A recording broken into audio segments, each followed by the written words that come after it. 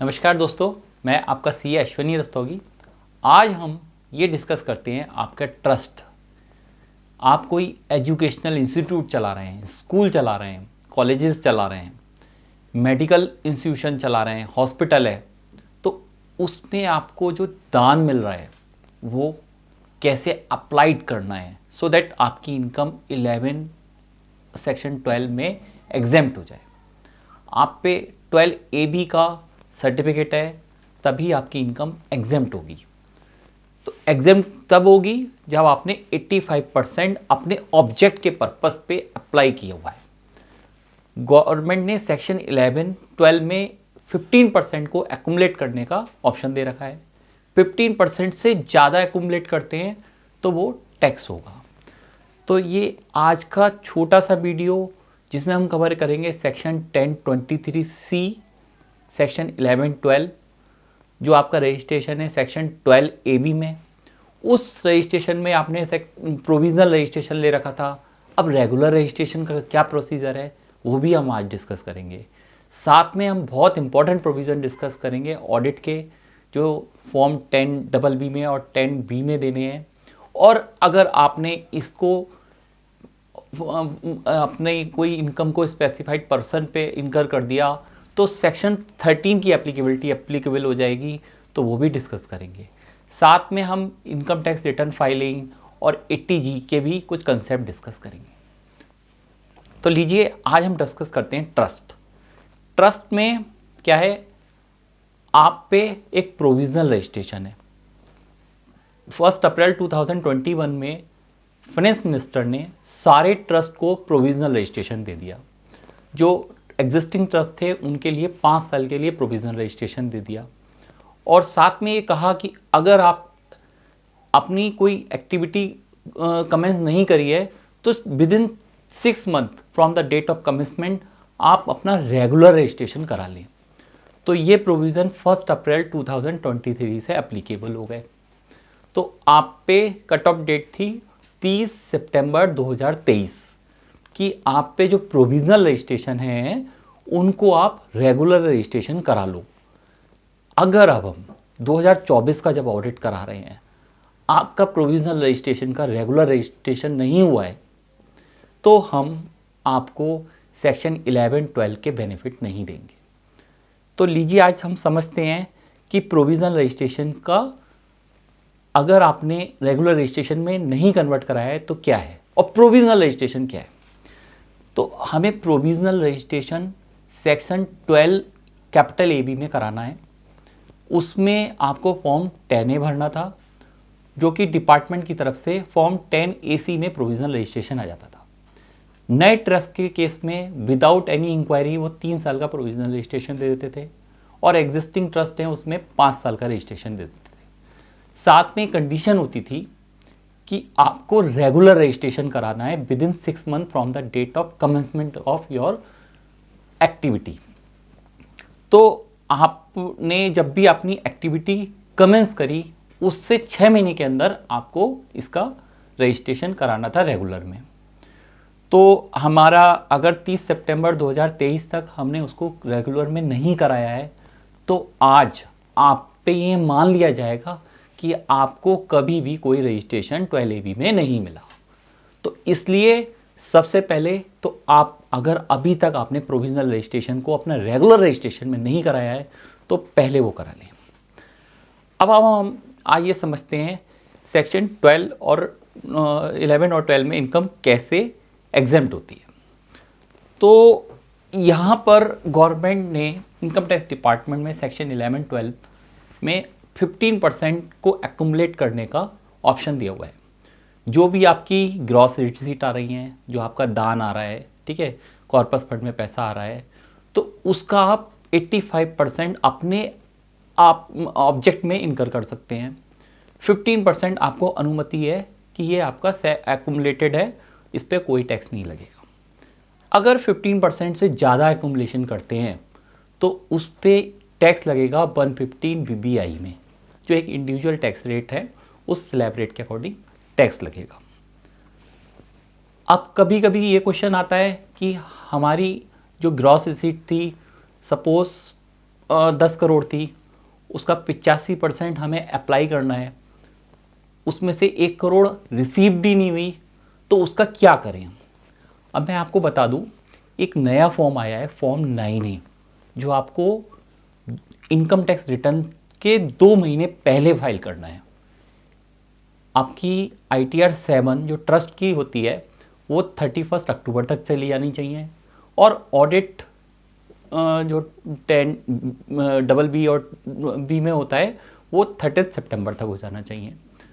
अगर आपकी कोई इनकम आपने एक्यूरल बेसिस पे अकाउंटिंग की है, वो इनकम आपको रिसीव नहीं हुई, तो आपको 31 अगस्त तक अपना फॉर्म 9A फाइल करना होगा ऑनलाइन।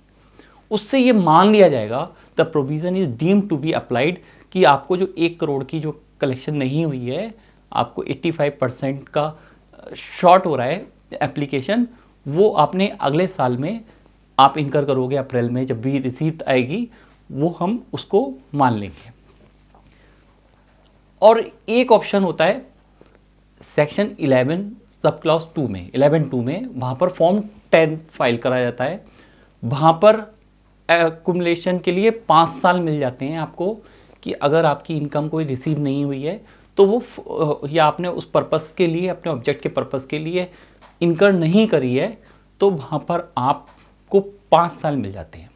सपोज़ आपको कोई बिल्डिंग बनानी है, तो आपने अपने ऑब्जेक्ट पर्पस के लिए कुछ पैसा अलग एक्युमुलेट कर दिया, और इस साल में ये देखा कि 85% मेरा अप्लाइड नहीं हुआ, तो आपको ये इस प्रोजेक्ट में 1 साल 2 साल लगेंगे, तो आप सेक्शन 11(2) में फॉर्म 10 फाइल करके ऑनलाइन आप उसकी एप्लीकेशन के लिए एक पीरियड ले सकते हैं 5 ईयर। तो हमारे को यहाँ पर 2 ऑप्शन मिल जाते हैं कि अगर मैं कुछ इनकर नहीं कर पाया तो वो मैं अगले साल करूँगा, तो मैं 9A फाइल कर सकता हूँ। और अगर मेरा प्रोजेक्ट 1 2 3 4 साल 5 साल का हो सकता है कोई उस एप्लीकेशन को खर्च करने के लिए, तो मैं फॉर्म 10 फाइल करूँगा।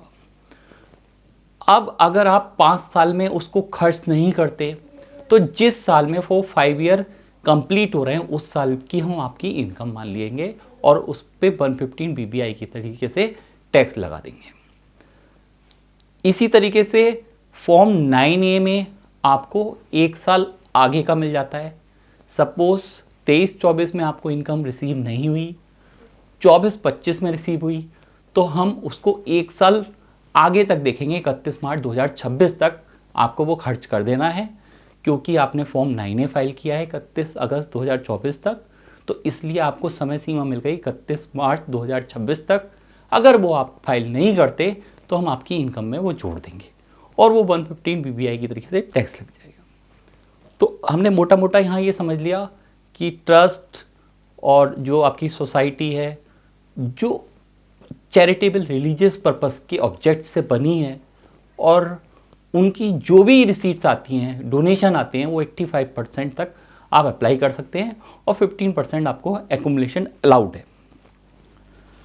तो यहाँ पर एनोनिमस डोनेशन के भी कंसेप्ट हैं।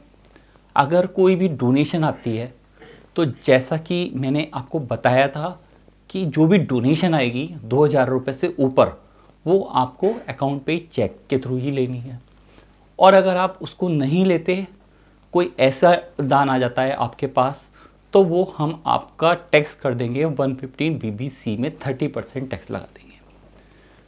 ये भी इम्पॉर्टेंट है, आपको हर साल 31 मार्च के 2 महीने के अंदर आपको 10BD एक फॉर्म भरना है, कि जो आपके डोनेशन आए हैं उन सब की लिस्ट आपको भरनी है। मैं ये बता दूं कि यहाँ पर हमें ऑनलाइन फॉर्म इसलिए भरना है कि गवर्नमेंट एक तरीके से 80G आपको, जिनको डोनेशन आपने प्राप्त किया है उनको 80G में भी क्लेम करेंगे, तो हम ऑटोमेटिकली रिफ्लेक्ट कराना चाहते हैं उनके 26AS में, इसलिए फॉर्म 10BD का एक कंसेप्ट आया था। अब हम बात करते हैं कि हमने सपोज 11(2) ऑप्ट कर लिया, हमें नेक्स्ट 5 ईयर मिल गए, ये हमारे को पैसा खर्च करना है और इस पर्टिकुलर पर्पस से खर्च करना है, तो क्या हम उसको किसी भी ऐसी गतिविधियों में इन्वेस्ट कर सकते हैं other than as mentioned in section 11(5)? नहीं, यहाँ पर हमें उसका इन्वेस्टमेंट सब क्लॉज 5 की तरीके से ही इन्वेस्टमेंट करना पड़ेगा, अदरवाइज आपका वो ऑप्शन ऑप्ट आउट मान लिया जाएगा और जिस साल आपने उसको गलत तरीके से निवेश किया है उस साल उस पर टैक्स लग जाएगा। तो यहाँ बिजनेस का पर्पस भी होना चाहिए, मतलब business incidental to your object होना चाहिए। सपोज़ आप कोई मंदिर चला रहे हैं, मंदिर के साथ आपने कोई जो है एक रेस्टोरेंट ओपन कर दिया, तो उसका ये पर्पस होना चाहिए नॉट प्रॉफिट ऑर्गेनाइजेशन।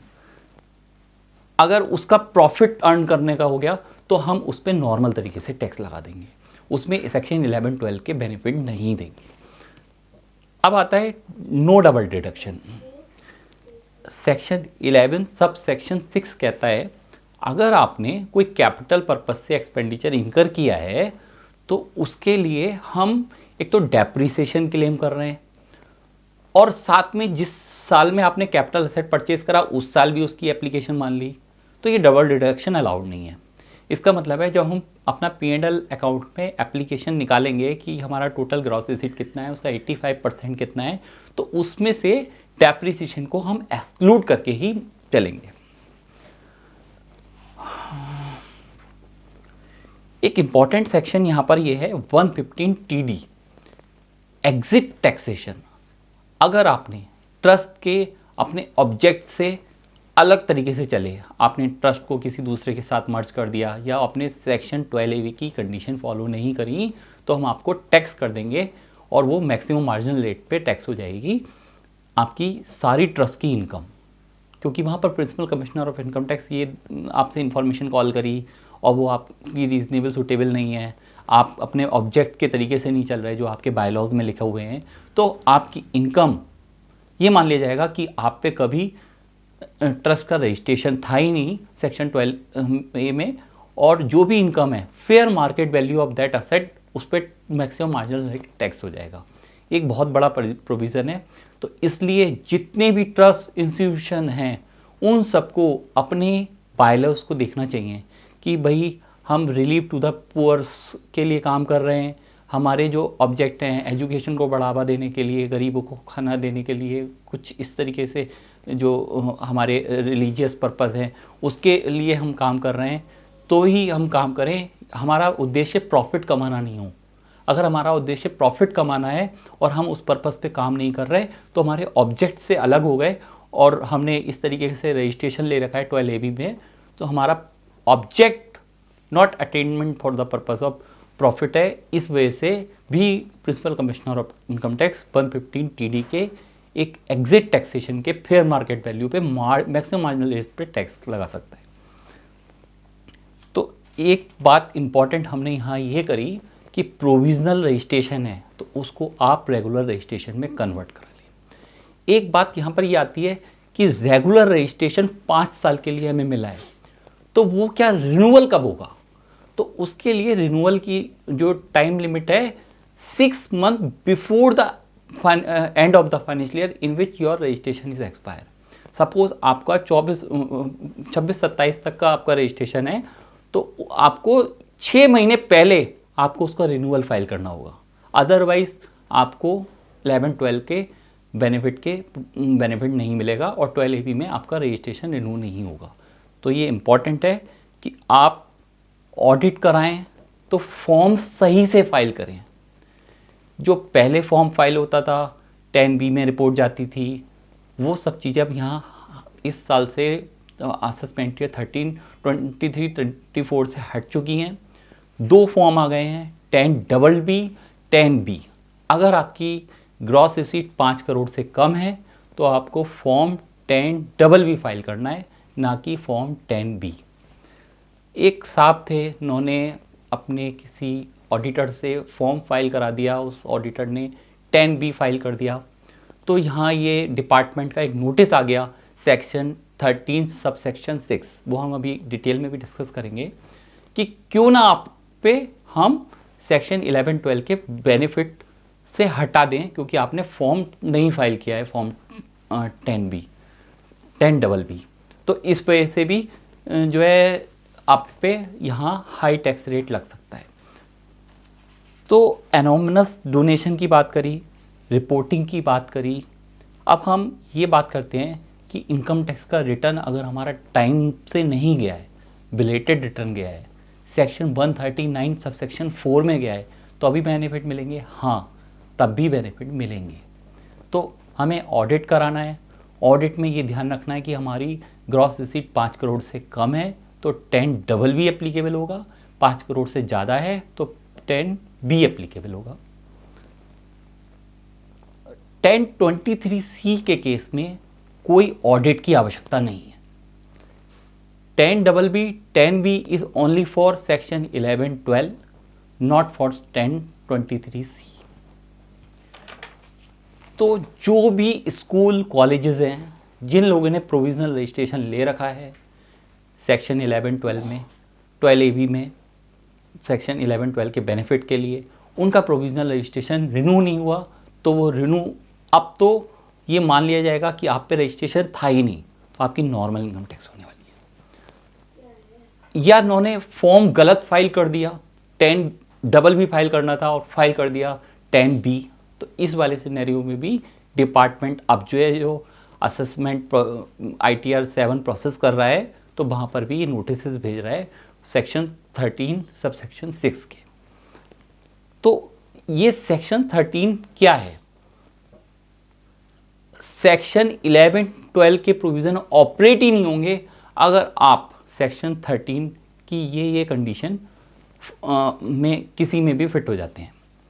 आपने अपने रिलीजियस पर्पस, चैरिटेबल पर्पस से आपका ट्रस्ट बना हुआ है, आप रिलीजियस पर्पस में काम करते हैं या वाइस वर्सा इस तरीके से करते हैं, और आप स्पेसिफाइड पर्सन के लिए कुछ काम, कुछ मतलब उनको बेनिफिट देने के लिए काम कर रहे हैं। यहाँ पर स्पेसिफाइड पर्सन को डिफाइन किया हुआ है जो रिलेटेड पार्टी हैं,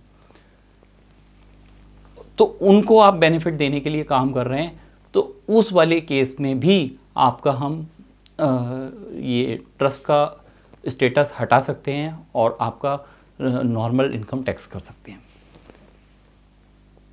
हमने 11 सब सेक्शन 2 भी डिस्कस किया कि अगर हमारी इनकम कोई रिसीव नहीं हुई है तो हमें उसमें फॉर्म 10 फाइल करके 5 साल के लिए एक ऑप्शन मिल जाता है, तो वो 5 साल हमारे को खर्च करना है। अगर नहीं खर्च करते तो 5th ईयर में वो इनकम टैक्स हो जाएगी। या अगर वो उस पर्पस के लिए इन्वेस्ट नहीं किया तो जिस सेक्शन 11(5) में, तो उसमें जिस ईयर वो सीज टू एग्जिस्ट कंडीशन हो गई वहाँ टैक्स हो जाएगी। स्पेसिफाइड पर्सन के लिए हम यहाँ डिस्कस कर लेते हैं कि हमने ये सेक्शन 13 सेक्शन 2 में जो 6 क्लाउजेज हैं A to H, in purpose पे अगर हमने स्पेसिफाइड पर्सन को कोई बेनिफिट देने के लिए कुछ खर्चा कर दिया, या हमने रेंट ओवर पे कर दिया, सैलरी पे कर दी, या कुछ ऐसे इंटरेस्ट पे कर दिया जो स्पेसिफाइड पर्सन को किया है जो ट्रस्ट पे अलाउड नहीं है, तो हम 11-12 के बेनिफिट आपको नहीं देंगे। साथ में ट्रस्ट पे कंसीलमेंट ऑफ इनकम के प्रोविज़न एप्लीकेबल नहीं होते थे सेक्शन 271(1)(c), और वो बाद में रिप्लेस हो गया था सेक्शन 270A से। अब यहाँ पर एक नया सेक्शन लाए हैं 271AA। अगर आपने स्पेसिफाइड पर्सन के बेनिफिट के लिए कुछ इनकम अप्लाई करी है तो वो आपकी इनकम हम कंसीलमेंट इनकम की तरीके से आपको टैक्स कर देंगे। ये ध्यान देने योग्य है, ये सेक्शन बहुत इंपॉर्टेंट है 271AA(c). आपको सेक्शन 80G में भी रजिस्ट्रेशन अप्लाई करना है। 1 अप्रैल 2021 को तो सबको ही प्रोविजनल रजिस्ट्रेशन दे दिए थे, तो यहाँ पर भी आपको रेगुलर रजिस्ट्रेशन में अप्लाई करना है। अगर आप पे 12AB का रजिस्ट्रेशन है, 80G का रजिस्ट्रेशन नहीं है, तो जो आपको डोनेशन दे रहा है उसको 80G का बेनिफिट नहीं मिलेगा।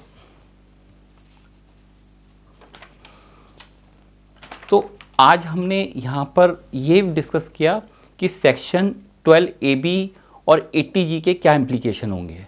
अब हम डिस्कस कर लेते हैं सेक्शन 1023C। तो जी हाँ, इम्पॉर्टेंट ये है कि आप एजुकेशनल पर्पस से कोई अपने इंस्टीट्यूशन रन कर रहे हैं जिसका पर्पस एजुकेशन है, या मेडिकल या हॉस्पिटल के पर्पस से आप कुछ इंस्टीट्यूशन रन कर रहे हैं, तो आप 1023C में आप अपने आप को रजिस्टर्ड करा सकते हैं। हाँ, कुछ केस में रजिस्ट्रेशन की भी आवश्यकता नहीं है, वो भी हम डिस्कस करेंगे।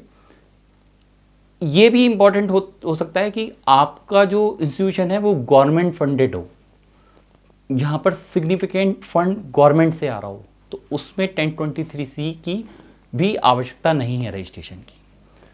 आपकी इनकम ग्रॉस रिसीट 5 करोड़ से कम है तब भी नहीं है रजिस्ट्रेशन की आवश्यकता।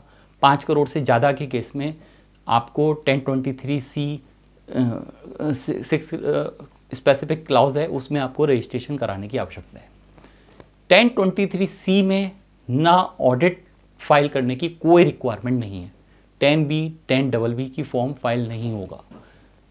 यहाँ पर 1023C है और आपकी इनकम 5 करोड़ से ऊपर हो जाती है, तो आप अपने आप को स्विच ओवर कर सकते हैं कि भाई मेरे को अब 1023 से बेनिफिट की जगह मैं आप सेक्शन 12AB में रजिस्ट्रेशन चाहता हूँ, तो मेरी इनकम अब 11-12 के अकॉर्डिंगली कंप्यूट की जाए। तो वहाँ पर आपको सेक्शन 12AB में रजिस्ट्रेशन कराना होगा, तो आपके प्रोविज़न 1023C से हट जाएंगे। हमने यहाँ पर 115 BBI नॉर्मल टैक्स डिस्कस करा। अगर आपकी एक्युमुलेशन 15% से ऊपर हो जाती है तो ओवर एंड अबव 15% आपका 115 BBI में नॉर्मल इंडिविजुअल रेट पे टैक्स होगा 30%। एनोमनस डोनेशन के केस में भी 30% सेक्शन 115 BBC के प्रोविज़न एप्लीकेबल होंगे। तो दोस्तों, आज हमने यहाँ पर बहुत इम्पॉर्टेंट कंसेप्ट डिस्कस करा है। जो स्कूल कॉलेजेस हैं जो मनचाहा प्रॉफिट के लिए काम कर रहे हैं, नॉट प्रॉफिट उनका पर्पस नहीं है, तो मैं आपको बता दूं section 1023C is applicable only for solely for the purpose of not profit organisation. अगर आप ऐसे मनचाहा फीस ले रहे हैं और आप इस प्रोविज़न का बेनिफिट लेने वाले हैं, तो आप सतर्क हो जाइए।